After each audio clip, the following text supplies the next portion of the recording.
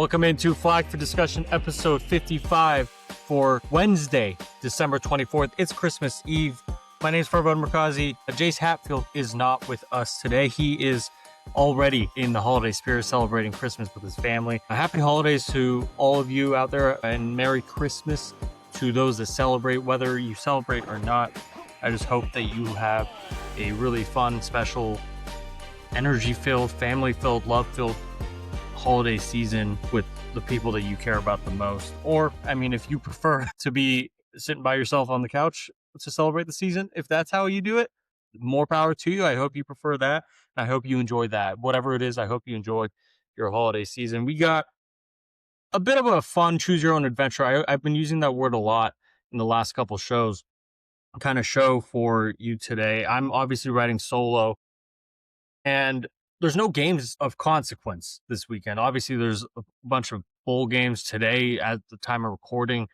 Louisville played their bowl game, and Jeff Brom's name's been mentioned in the Michigan search. People are wondering if now that Louisville's season's over, is he going to be the next Michigan coach, or is he going to sign an extension with Louisville?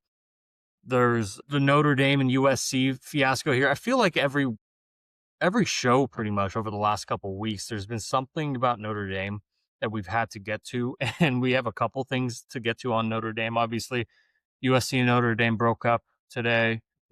Heartbreaks, pour one out for their relationship. Awfully soft, but we'll get into all that. I have a lot to say about that. The North Carolina hires Bobby Petrino as OC. I don't have a ton to say about that, but it's just really fascinating, the collection of coaches that they have there. And if you are picking up what I'm putting down, pretty mind-boggling what we've got going on at UNC. Ryan Day is going to be calling plays for Ohio State. How does that affect them moving forward in the playoff? Obviously, he's called plays in the past before, but for the last 2 years, last year, Chip Kelly called plays. They won a national title. They finally got over the hump. This year, Brian Hartline, their wide receivers coach, got promoted to offensive coordinator after Chip Kelly left, and they've been undefeated until that Big Ten championship game. So how does it affect Ohio State now that Ryan Day is going to have to do a little double duty, call plays and prepare the offense a little bit more? And I do have a few more things to say about Marcus Freeman potentially being a candidate for the Notre Dame head coaching job. I think in general, I got on a soapbox at the end of our recap show on Monday about the concept of Marcus Freeman or any big-time college football coach going to the NFL. But I think I didn't give it enough credence of, like, what if it happens? Or what is the likelihood that it could happen to your favorite program? Not necessarily Marcus Freeman or Notre Dame, but what if your favorite program in general was potentially at risk of losing their head coach? A lot to say. Make sure you are following us on YouTube and subscribe to us on YouTube at Flag for Discussion Spelled Out, wherever you get your podcasts, at Flag for Discussion Spelled Out. We're on Twitter at F4Discussion and TikTok at Flag 4 Discussion. Obviously, let's get into our holidays one. We'll try to make this short and sweet so you can not only get a taste of Flag for Discussion and listen to the show, be able to enjoy your holidays. All right. Notre Dame and USC have failed to reach an agreement to extend their series. Now, this is a topic that Jason and I had mentioned in the offseason, preseason, let's say. This is the series throughout college football that's been played since the Great Depression. There's only been two reasons that this series wasn't played on an annual basis. It was World War II and COVID-19. Two monumental, unpredictable, and unprecedented events realistically have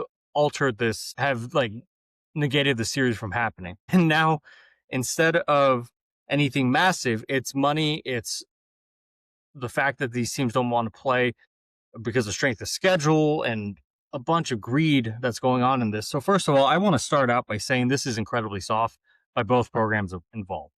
I think you could argue, and many of you know from listening to the show in general, at least from my viewpoint, I'm a pretty much a college football traditionalist, while also honoring the innovation that's come to the sport. Obviously, I like some of the things the transfer portal has done. I think the NIL has been a great addition to college football. What I don't like is when you have something that's been happening for 100 plus years and it's part of the fabric of your sport, part of the identity of your sport, and you're allowing administrators or representatives or lawyers or agents or GMs or athletic directors or school presidents, whoever it is that were hired in the last 5 years at your institution, who may not even understand the true meaning that game has on your fan base, on your grandpa who grew up loving that team, on your mom who was an alum of that team, whatever that, they don't understand how much that means to the university the way that your family does. So I think it's kind of ludicrous in general to be getting rid of some of the traditions, rivalries, and facets that are just so interwoven in the college football landscape, in the college identity of college football. So that's where I want to start. Where I also have to acknowledge, though, is there were reasons for both of this to happen, and you can understand both of them. Tom Fornelli came out with a really good article. I would encourage everyone to go listen. I mean, read what he had to say. But let's spin it back a little bit. USC leaves the Pac-12 for more money to go to the Big Ten. They obviously, by taking that more money, they're also leaving the Pac-12 opponents that they had. And I know Oregon, UCLA, and Washington were part of the Pac-12 opponents. Ohio State, Penn State, Michigan are the teams that they were essentially signing up to go play year in, year out. On top of that, Oregon and Washington and UCLA joined them in the Big Ten. So on any given year, you could play those teams. And on any given year, you could have a schedule that USC has next year that seems like a murderer's row. And if you're sitting in the car right now, or you're sitting at home listening to this, or at work, wherever it is, and you're just yelling at your phone or at the computer that you're listening to this on, that, well, that's soft. They shouldn't be canceling series because of strength of schedule. I'm sorry, but that's realistically the point of the sport we're at now. So I understand that in this era of college football, where it's a zero-sum game, you're in the playoff or you're not. And there's so much money involved that you have to do your damnedest to make the playoff. Here is USC's schedule next year. They start out with a couple easy out-of-conference games against Fresno State and Louisiana Lafayette. After that, so they go on the road to Indiana, Penn State, Rutgers. At home they have Ohio State, Oregon, Washington. So, mind you, next year's schedule, obviously we don't know what Penn State's going to be yet. There's a couple different, we don't know exactly what Washington or Ohio State or Oregon are going to be yet, but I can promise you they're going to be damn good. So UCLA is walking into next year with Indiana, Penn State, Oregon, Ohio State, and Washington on their schedule already. Look, use Notre Dame as your best example from this year. Notre Dame plays two teams that were tops in the country, that were highly thought of, and they lost to those two teams. They rattle off 10 straight, and they're still in the mix. That's great. But let's say USC goes 2-0 against the first two teams they play, and then they lose to Indiana, and maybe on the road to Penn State, they lose that. They're 2-2. What if they win the rest of their games? You got Ohio State, Oregon, Washington, Maryland, UCLA, Rutgers, Wisconsin on that schedule. If they had Notre Dame on that schedule as well, that could be a third loss. That kicks them out of the playoff. And like I said, I know that the whole point of this is getting the best teams in there. And if you lose that third game, you can be a Texas and you just don't belong in the playoff. I understand that argument. But the fact that you are allowing them to choose, all right, do I want to add another potential loss? Do I want to add another game that Notre Dame doesn't want to play when the weather is good in South Bend or LA? They want to play in the middle of the season, where if we're going to South Bend, it's going to be freezing, maybe rainy, maybe snowy. It's not going to be a conducive environment for us to operate as a team. We saw how that played out this year. Notre Dame had the offer from USC, like, well, let's make this week 0. Both sides. USC was saying we're willing to continue this game, but it's just not conducive to us making the playoff year in year out. And that's the bottom line. Look, in 10 years ago, 15 years ago, even like 6 years ago, you could get hired as a head coach at a program, spend like 3 years there at least, you have 8 wins be your top performance, and you're just growing. There's no transfer portal. Recruiting is steadily growing. And like you remember how when a coach gets hired, you see all these fans saying, well, wait till he gets his guys in.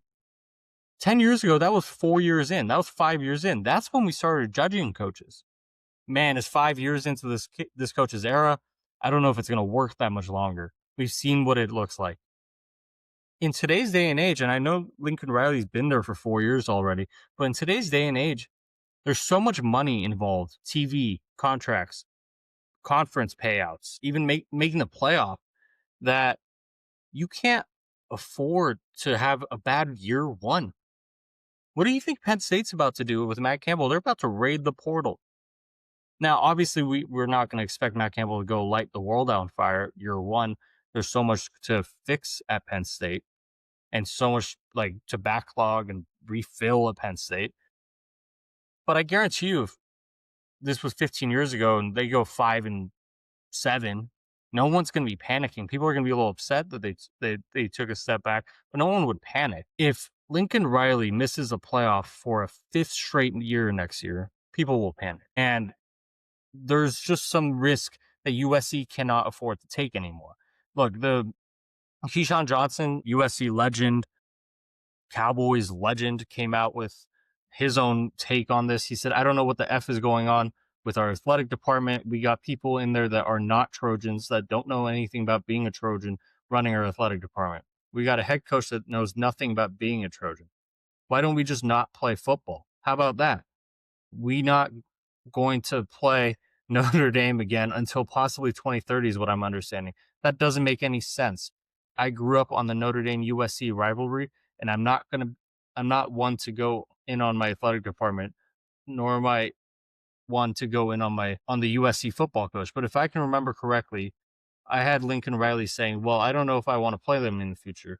You ain't going to be here in the future, especially if you keep missing the playoff. You're not going to be here in the future. See, like what Keyshawn's basically saying is like everything I said at the top of this spiel. USC Notre Dame is an interwoven piece of the fabric that makes college football as beautiful and as great as it is.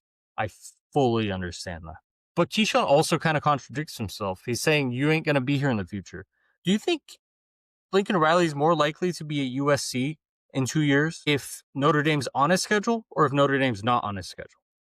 Like, fully asking you this. I have to point out, once again, I hate this. I hate the fact that this rivalry is ending. And maybe it'll come back. Pete Bavacqua and Jen Cohen, the athletic directors of the respective universities, have said that they're going to meet and try to come to a resolution.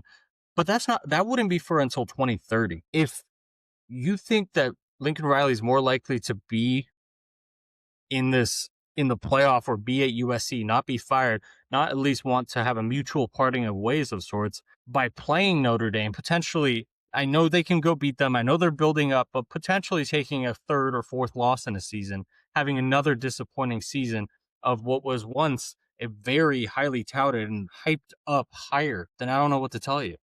I hate this move by both teams, but I understand it on the USC side.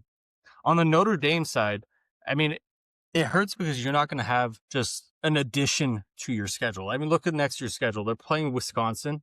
Then they got Rice, Michigan State, Purdue, North Carolina, Navy, Miami, Boston College, SMU, Stanford, Syracuse, BYU.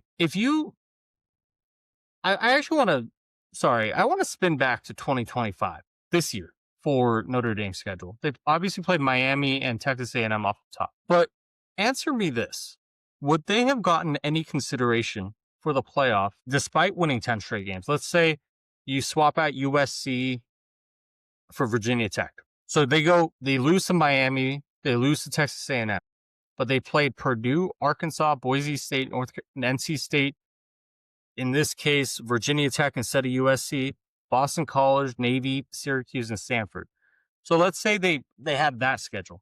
would the drama of them missing the playoff be as high? In a world where the committee is telling us how much strength of schedule matters, how much they want to reward you scheduling the harder teams in college football, how much they, not that they're going to punish teams like Indiana who have taken off Power Four teams from their out of conference, but maybe they're going to overvalue teams who play top tier Power Four teams out of conference. I don't think the drama for Notre Dame not getting in would have been as high if they didn't have that win over USC.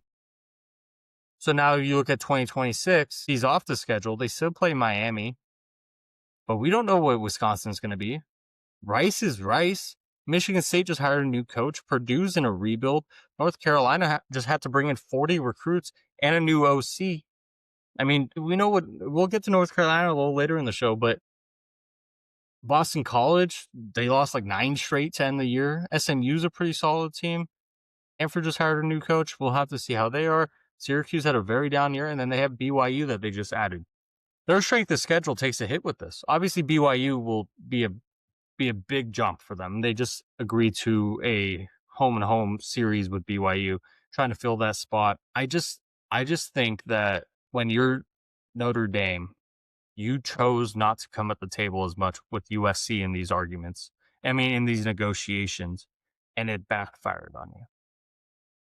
It point blank, period. Notre Dame thought they had more leverage on USC than they did because they are the better program. They are unequivocally the better football team right now, the better led team, the better athletic department right now. And it feels like they tried to get a fast one on USC. It feels like USC came to them and said, hey, we want to continue this series, but we don't want to play on your terms. We don't want to play because you have the ability, not being in a conference, to design your own schedules. We don't want to play you when you have the week after you have a bye. Not saying that that's a regular thing, but Notre Dame has the power to do that.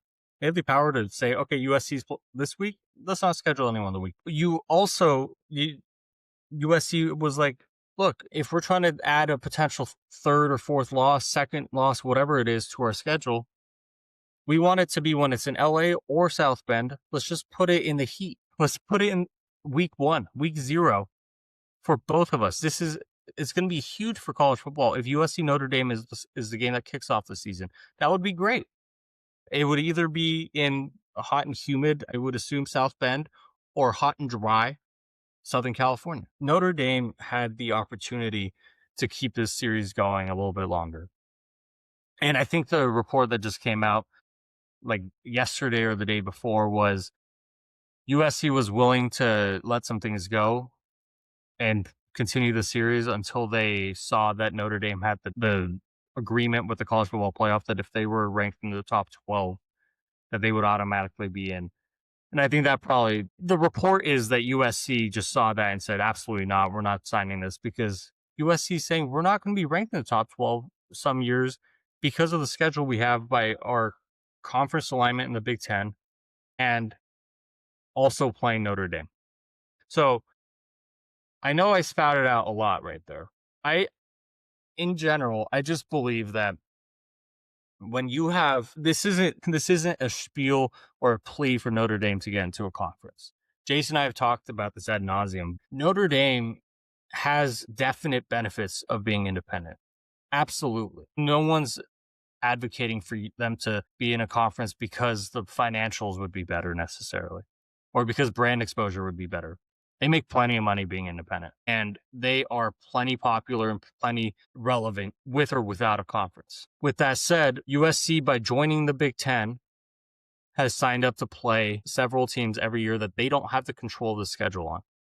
Notre Dame has control of their schedule, and Notre Dame, for better or for worse, year in, year out, some years they'll have hard schedules, some years they won't. And Notre Dame would need that USC win to prop them up, while USC would be trying to avoid that loss. And we're in a zero-sum game, as I've mentioned. In college football, you have to make the playoff or else you're a bum. I don't know if I necessarily agree with that, but that's the life that USC's looking at going forward. I understand it. I mentioned it once already. I'm excited to watch the Notre Dame BYU series that's about to start in place of this series. Now, we'll see how long that lasts. One quick thing. I might be sounding like a broken record.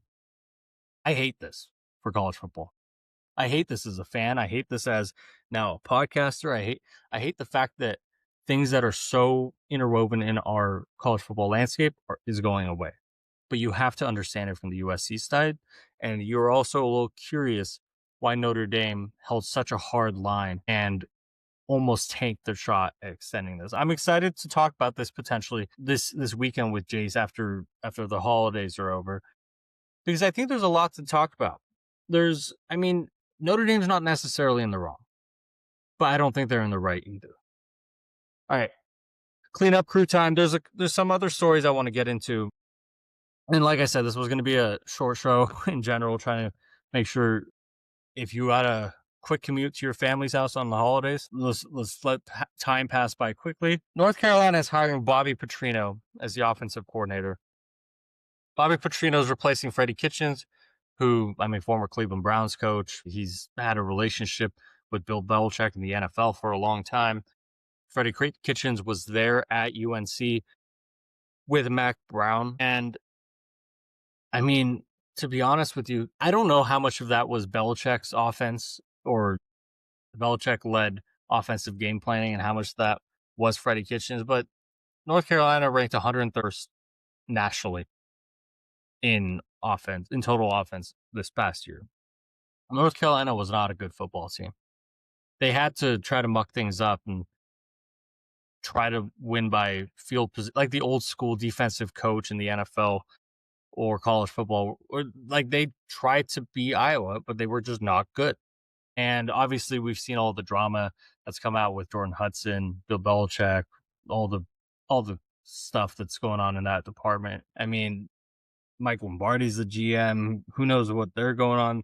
Regardless of anything I'm saying, they marketed this program to be the NFL's 33rd team. You come here, you're going to learn what it takes to be successful in the NFL. You're going to be coached by NFL coaches or NFL scouts here all the time. Just because you have NFL or former NFL coaches on your staff doesn't make you a 33rd NFL team. I don't care if you have 6 Super Bowls. Winning in college football is much different. And I'm not saying that Bill Belichick can't be a good coach of college football. I think he can. But I think the whole premise of what they've tried to do, and it feels like this might be a shitty way to say it feels like a good old boys club at North Carolina. It feels like Belichick's hiring his buddies.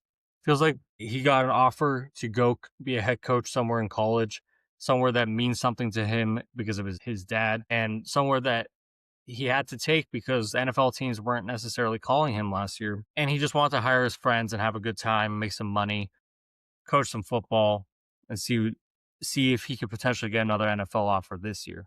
Well, this year was a train wreck at UNC. There was drama throughout the year with his girlfriend, with the kids that were sold a bag of goods coming in.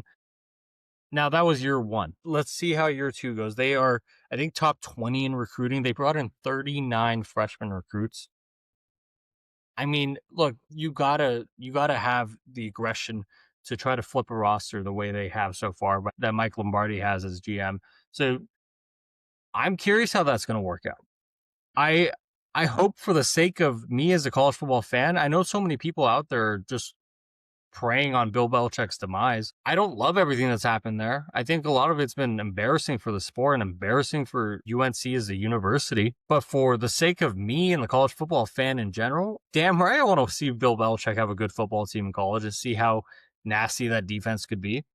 Now, obviously, I led this by saying Bobby Petrino was hired to be their offensive coordinator. He's going to be taking over the 131st ranked offense last year. We all know how Petrino's time at Arkansas went this past go around, where Sam Pittman was fired. By the way, Bobby Petrino, each of the last 2 coaches that Bobby Petrino has been the offensive coordinator for, they've been fired within 2 years of Petrino being their OC. I think that was partially because Petrino was kind of the last gasp effort of trying to save their offenses. Like Jimbo Fisher, we've covered it plenty, where he was so married to his own offense that was outdated and slow, without motion, and very predictable for years, and he never wanted to give that up. That was part of the identity that made Jimbo Fisher Jimbo Fisher. But it was his 2014, 2015, it was his national champion offense, and he was stubborn for a long time to bring it in, to bring an end to that, innovate Texas A&M a little bit offensively. And he brought in Bobby Petrino, trying to see if Petrino could reignite their offense and see if he could save his job. Obviously, he might not have thought he was going to get fired because he had a $76 million buyout, but Petrino was essentially brought in as you got to help me fix this offense kind of guy. Sam Pittman, we all knew he was on the hot seat heading into this year, and Bobby Petrino came in basically trying to see if they could put together any bit of an offense to save Sam Pittman's job. Now, I think everyone will look at Arkansas's record this year and say, why would anyone want Bobby Petrino? He was the interim coach of like a 2-win team. And I agree with you. But at the same time, Bobby Petrino's offense was really good. They lost all those games because they couldn't stop anybody. I could have scored a touchdown on Arkansas this year. They couldn't stop anybody. Petrino's offense was regularly putting up points. They were top 25 in offense this year at Arkansas. So Petrino's known for turning around bad offenses into at least mid-tier to high-level offenses within a year or two. I'm interested to see combining what Belichick and Mike Lombardi have done within bringing in 39 high school recruits to the transfer portal window that's going to open on January 2nd. Who are they going to bring in from there to Bobby Petrino's system and seeing if they could modernize a little bit that offense. I will say, I think I'm going to be tongue in cheek about this, but if you, like I said, if you're picking up what I'm putting down, the Bill Belichick, Bobby Petrino combo is hilarious. And I'm excited to see it on the sideline next year. The second thing I wanted to talk about, or I guess the third thing, Ryan Day is going to be taking over play calling duties for the remainder of the college football playoff for Ohio State. Brian Hartline was the play caller this year. He was the wide receiver coach for a long time at Ohio State. He was obviously like the guru, the magician that recruited and developed the best wide receivers in college football for years, and also who are now in the NFL. I mean, Mecca Buka, Jeremiah Smith, Chris Olave, Carnell Tate. But in saying that, Brian Hartline had a pretty great tenure as wide receivers coach at Ohio State. And as the offensive coordinator after Chip Kelly left this year, they ranked 17th in total offense and scoring offense in the country. So I don't know if you would necessarily call that a step down from last year, but I think it was a difference in coaching philosophy and style, all things considered, at Ohio State this year versus last year. I think last year you had a veteran quarterback, you had a veteran defense, you were very like senior laden, and you were ready to go score on every damn possession as fast as possible. Going into this year, you're replacing a lot defensively. You're replacing a lot offensively. You still have the best player in the world in Jeremiah Smith, and you have the best player in the world on defense in Caleb Downs. But you're replacing both coordinators as well. Matt Patricia comes in, Brian Hartline gets elevated to offensive coordinator. And I think the coaching philosophy changed at Ohio State this year, saying, I think our defense can carry us. We have a young quarterback that we need to bring along. We're not going to put the weight of the world on his shoulders and ask him to carry our team week 1 against Texas. But by week 10, by the playoff, we hope that if he needs to carry us, we need a 2-minute drill to go score a touchdown, if we need a play on 3rd down, on 4th down, that he can do that by the time we bring him along. So I say like 17 might sound low for as good Ohio State is, but I don't think that's a sign that their offense wasn't explosive or as good under Brian Hartline. I think it was the philosophy of Ohio State going into this year compared to last year. So I think the question with Ryan Day taking over play calling duties, is that going to affect Ohio State for this coming playoff, for the rest of the playoff? He was asked about why they were doing this, and he said, we want to take play calling off of Brian's plate because he's got so much going on with what he's trying to do. Ultimately, it will be my decision what calls go into the game. It's such a strange calendar and the timing is brutal, but Brian's handled it great. As you can imagine, It's a lot on his plate. It's a lot to manage. Obviously, what you guys know, I don't have to repeat this for you. Brian Hartline is the new USF head coach, so he's building his staff. He's trying to recruit. He's putting together what he has to do to be the best head coach at USF next year. And that's the dichotomy of like how shitty this college football calendar is, where you are all of a sudden not only planning for this year, trying to win this year, but you also are essentially judged for how your team does next year and as the head coach. Look at what I'm not saying Colin Klein taking the Kansas State job affected Texas A&M's offense, but they scored 3 points, and maybe, just maybe, Colin Klein, whether he wanted to or not, he had a little bit more responsibility on game prep week or leading up to that first round matchup against Miami than just preparing Texas A&M. I'm not saying Oregon's going to deal with this against Texas Tech, because I think they would have beat JMU regardless, but both of their coordinators are head coaches at other universities. Tosh Lupoy's at Cal, Will Stein's at Kentucky. They're both preparing for the Texas Tech playoff game. They're going to be with Oregon through the rest of the regular season. But I say that to say, like, these guys, while the calendar's screwing them, because I don't think in a perfect world they would want to do this. I don't think in a perfect world they would want to essentially leave the group of men, group of coaches, group of players that they spent, that essentially got them their head coaching job, that they've spent years with, to go be the head coach somewhere else right away, instead of finalizing their dreams of potentially playing for and winning a national title. So Brian Hartline, though, they're taking play calling duties off his hands so he can prepare a little bit more and help the offense at Ohio State, while also being the guy who can essentially be judged for how he does at USF next year as the head coach. How will it affect Ohio State? I don't know. The biggest question is, a lot of people are in I forget what it's called, but it's like, I want everything now. That's our society right now. We all want the national title now. We all want this now. We all, like, if you don't win, if Dan Lanning made the playoffs last year and there was a report before the JMU game, is, will Dan Lanning finally get his first playoff win? And it was just laughable. The guy's coached 3 years. He's coached in one playoff game, and you're asking the world will he finally get his first playoff win? Ryan Day finally got his first national title, I think in year 6 or 7 at Ohio State. I say that to say, one of the knocks on Ryan Day was that he hadn't done that, and obviously not winning the Michigan game for years before they did it again this year. But they were close. You could argue if that field goal had gone through, not you could argue, I guarantee you, if that field goal had gone through against Georgia, they would have been the team to go up against TCU and beat TCU in the national title. And Ryan Day would have had a national title earlier, but they lost by a missed field goal. There were multiple games in the playoffs where, like, it just didn't go their way. And leading into last year, Ryan Day did the unthinkable at that point. He dropped play calling duties.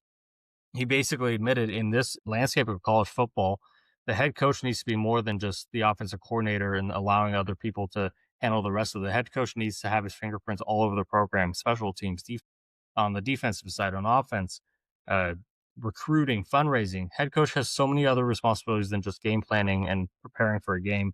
So he gave it up. He hires Bill O'Brien. Bill O'Brien gets the Boston College head coaching job like 3 weeks later. So he goes out and hires Chip Kelly. He has Jim Knowles as DC, Chip Kelly's the OC, and he gets to be the CEO of everything. And we all saw how last year happened.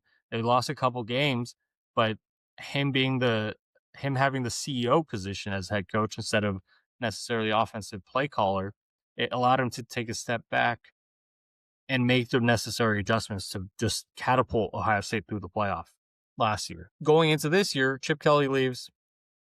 He elevates Brian Hartline from within. Brian Hartline's calling plays. And that's, I think, the question of why people are wondering if this will affect Ohio State moving forward, is because all of a sudden you're putting that stuff back on Ryan Day. I'm going to say it right now. I don't think it's going to affect Ryan Day. I don't think it's going to affect Ohio State. I think that team's a juggernaut regardless. I think we're going to see a pretty aggressive pass game. And Ryan Day, we've seen it in the past when he's been calling plays, they don't hold anything back in the playoff. CJ Stroud didn't run for most of the year. NFL scouts were iffy on him. Then he goes up against Georgia and he's running all over Georgia and they're putting up a ton of points. And CJ Stroud he was already a top tier quarterback in NFL scouts' minds. He becomes an even higher top tier quarterback in NFL scouts. I think he was drafted second behind Bryce Young that year. I think Ryan Day, as the play caller, is going to gift us as much as Brian Hartline would have, maybe even more. He's a gifted, talented play caller, and I'm excited to see it happen again. But the question still stands. Like, if you see Ohio State struggling a little bit, is it because their head coach had to take some time away from being the CEO head coach to put a little bit more effort in on the offensive play calling side? Or is it something else? That's something we'll definitely be able to cover and follow as time goes on. One more story. I gasped a little bit before I brought it up. Before we ended the preview show on Monday, we got the breaking news from, I think, Garofalo that Marcus Freeman is going to be a prime candidate for the New York Giants head coaching job. I went on the diatribe, and I'll try to save you from it, but you guys know, once I get going, I can't stop. I went on a diatribe. I got on a soapbox saying I don't understand why the 99th percentile of college football coaches would ever consider leaving. Not saying that the NFL is not a great opportunity. I think the NFL in general is, for a reason, a lot of college coaches' dream jobs. And I think the NFL is also poses an opportunity for these coaches to coach the best of the best, to make a ton of money, just as much as they're making college football, but also have a bit of a life. Obviously, they'll still work a ton of hours game planning and preparing, but college coaches don't have lives. The calendar is so screwed up. There's probably 1 month in the off season that you can combine no workouts, no practices, and no recruiting, that those coaches can actually take a little bit of a break, but they're not at that point. They're preparing for spring ball. They're preparing for the next year. I just always thought, if you were at Ohio State, if you were at Notre Dame, if you were at Alabama, Georgia, Texas, and Oregon, where you are not only having success, but you are the guy that you answer to nobody except your donors. And your donors, for the most part, will say yes to what you want as long as it helps you win. So I don't understand why coaches in those situations would leave. I understand why a coach at, I don't know, pick your Minnesota, PJ Fleck, if he wants to be the Vikings head coach, let's say they fired Kevin O'Connell for some reason, if they come calling, I understand why he'd want to leave. He could get paid a ton of money, and the Vikings job, getting to coach Justin Jefferson, seems like a sweet gig.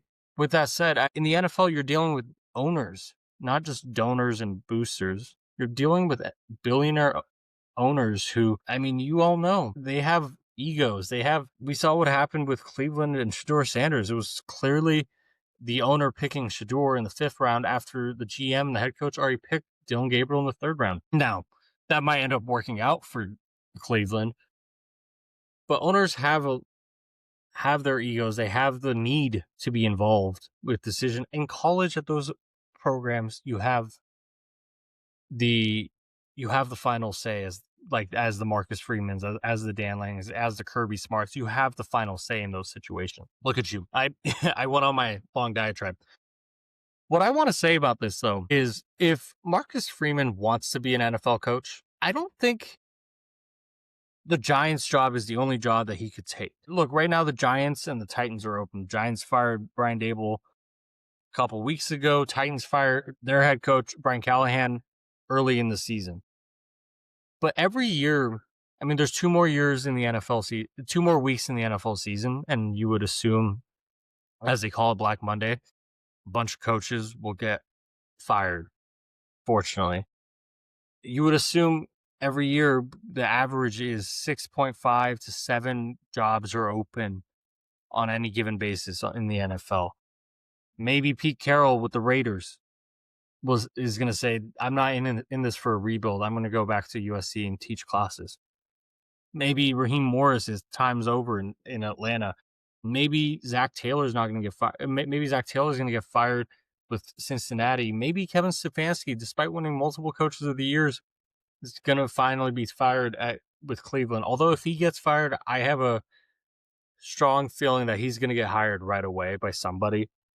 Maybe Mike McDaniel's done at Miami. Maybe Todd Bowles is done with Tampa Bay. Maybe Jonathan Gannon's done in Arizona. I just listed like another 6 or 7 opportunities. Look, I didn't even list, what if Mike Tomlin decides to retire or they decide to part ways? I don't expect that to happen, but that could be a possibility. What if Andy Reid suddenly says, oh man, okay, my quarterback could be out all year next year. I'm losing my tight end. I'm in my mid-6. Maybe it's time to retire. There could be like 10 head coaching opportunities. And to win in the NFL, the best opportunity is either you got a great owner with a great GM who gets it, and there's very few of those, or you go do what Jim Harbaugh did and take the job with a good quarterback. And Jim Harbaugh took the Justin Herbert coaching opportunity for a reason. Ben Johnson turned down multiple jobs in the last couple of years to stay with Detroit, and he took the job that has Caleb Williams and the opportunity to develop Caleb Williams into his type of quarterback seemed too good to pass down. And he took that and is paying off dividends. Going back to Marcus Freeman, if he wants to be an NFL head coach, there's going to be plenty of opportunities for him to do so.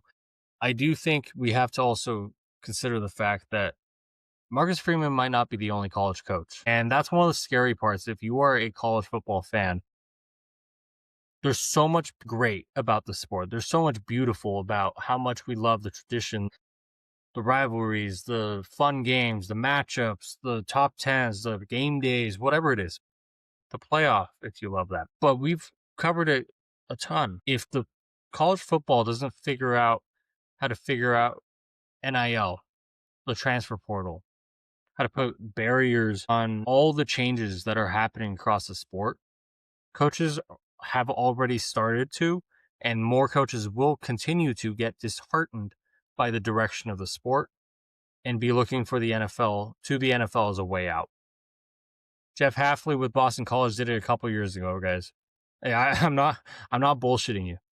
Jeff Hafley was the head coach of Boston College. He got an opportunity to be the defensive coordinator with the Green Bay Packers, and now he's going to be, a couple years later, he's probably going to get multiple head coaching NFL interviews. There's going to be multiple, like, we saw Desmond Howard, and then Diana Rossini had an article about Steve Sarkisian. We saw Desmond Howard with taking his trash out, saying, watch out for Texas, and Sark's very animatedly refuted those claims. But Sark's been in the NFL before. If he doesn't love everything that's being the Texas head coach, maybe that's an opportunity. Maybe he's one of the guys that will interview for some NFL jobs. There's going to be some massive names that might be looking for a way out. And I hope for the sake of college football, those guys don't leave, because that's what the difference between college football and the NFL is. In the NFL, the players are the stars. Even like the best teams, Big Ben, you say Big Ben and Mike Tomlin, but you say the player first. You say Brady and Belichick, you said the player first. In college football, there's great players come and go. But you remember Saban. You remember, it's funny, this was the next name I thought of, but you remember Jimmy Johnson. You remember Pete Carroll at USC, Chris Peterson, Dan Lanning, Ryan Day, Urban Meyer. The coaches are the stars in college football. So for the sake of the sport and for the sake of the future popularity of the sport, for the sake of the current relevance of the sport, the best people in the sport, the most important people in the sport, you need to keep them around. If you run a company and you, in a way that like your best people are looking at directions to leave, then your company needs to look at ways to fix that. You run college football and your coaches might be looking at opportunities to leave. You need to figure out how to fix that, because you might be losing the most talented and well thought of people in your sport. And that could be a nasty drawback on your sport in general. So I don't know if Marcus Freeman is going to take that job. I don't know who's going to take that job, but I think like Jesse Minter with the Chargers, Joe Brady with the Bills, and shoot your own shot. But Clint Kubiak with the Seahawks, maybe if Kevin Stefanski gets fired, I'm sure he'll get interviews somewhere. Brian Flores might get interviews somewhere, but the NFL might have the same issue that the college football landscape had this year in the coaching carousel. Is there's not enough sexy names for the quantity of jobs. There might be like 4 names that people want, and there might be 8 jobs open. And if at that point, those NFL teams might be looking towards college a little bit more. So I would hold on to your head coach a little bit tighter if you have any power over it. If you're a donor, if you're a billionaire, if you have any power over it, I would hold on to it. One final thing to finish off the show. I'm trying to make this quick. Kind of having a little fun. Football is obviously my favorite thing to follow. Great actors is bad actors. And Christmas is tomorrow. It's Christmas Eve today at the date of release. We always talk about the best things in college football. CBS came out with an article talking about who are the college football's Grinches and saying in the Christmas spirit. This is by CBS's Brad Crawford. And he had Notre Dame ADP Bavakwa, mainly because of his historic tantrum a couple weeks ago. Vanderbilt quarterback Diego Pavia. Although I think that's kind of dumb. I think he's been a positive light for the most part, except his pretty nasty actions the last couple of weeks. Like, he's been a great reflection of what the transfer portal, the extra years in college, what development can do for a kid and for a program that was never really highly thought of in Vanderbilt. I don't think Diego Pavia is much of a Grinch. Lane Kiffin, I'll buy that one. He had Lane Kiffin on there. Obviously, he's been a Grinch for what you assume the college football calendar does, what coaches eventually who say they're all in on you as the player, but then they end up leaving. Obviously, Lane Kiffin could be a Grinch.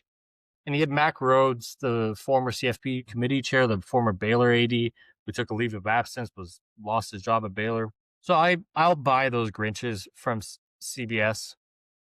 I have my own, though. My first one is the Tuesday Night College Football Playoff Ranking Show. The only reason we are so fed up with the College Football Playoff Committee, well, one of the reasons, is because they constantly contradict themselves. And a lot of that, and I've warned everyone early on when the first release came out, is a lot of this is for content, you guys. And a lot of this is so they can put on that Tuesday night show for programming purposes on ESPN. By the time we get to the final ranking, that's going to be the committee's true feelings. But right now, they might move a team up and down just to spark some controversy. So I think if they got rid of that show and just made it strictly rankings and not as a vehicle to make more money for the network that it's on, it would be much better. I think that's a massive Grinch of college football. Ward Manuel, the AD at Michigan, I think he's been a Grinch. I mean, I'm going to be sensitive here, but the amount of scandals that Michigan's had, from Cheeseburger Gate to the cheating scandal to, even start before the scandals. He tried to tell Jim Harbaugh, we're reducing your salaries regardless of what you think or not. Or you're fired during COVID. And then the scandals happened. And then the Sharon Moore thing happened. Obviously, Connor Stalions thing happened. He oversees the athletic department. He's a Grinch of college football. Brian Kelly. I don't think much needs to be said there. Guy is, if you could put the Grinch on anybody, it would be Brian Kelly around college football. The ACC is another Grinch for me of college football. I would argue if the ACC didn't have such terrible tiebreaker rules that allowed a 7-5 Duke team in to the playoff over Miami, into the conference championship over Miami, then Notre Dame would be in the playoff right now. So the ACC is a massive villain of college football, or Grinch, because of their tiebreaking rules. The obvious next Grinch is the college football calendar. College football calendar sucks. And they have to marry it with the academic calendar. There's not a ton of fixes. They've tried to fix a little bit, turning it into only one transfer portal cycle on January 2nd. But we've covered it plenty. Lane Kiffin left before Ole Miss could finish their season because of the calendar. because National Signing Day. There's multiple coaches and players who leave during that. We run a sport. We're fans of a sport that's free agency runs. If this was the NFL draft, imagine the NFL draft where right before the playoff, the NFL draft happens. During the playoff, free agency opens up. Anyone on those teams who's playing the playoff could opt out and be a free agent. We've seen some college teams right now in the playoff lose players to the transfer portal already. And I mean, it just doesn't make sense. The college football calendar is a massive Grinch of college football. And then the last one, I don't know. I put Matt Patricia as the Grinch. I feel like there's nothing the Grinch would love more if he was a football coach, to never work in college football before and come in and just shut down everybody. And I also think the fact that Matt Patricia, if you told me he was like, he cosplays as the Grinch, I would believe that. Kind of looks like the Grinch. I don't know.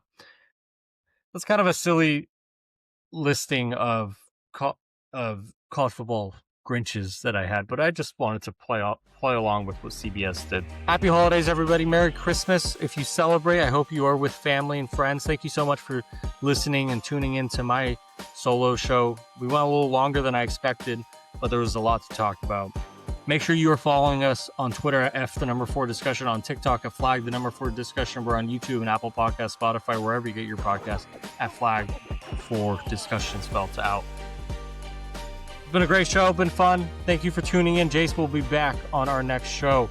From myself, Farbod Markazi, thank you so much for tuning in. This has been Flag for Discussion.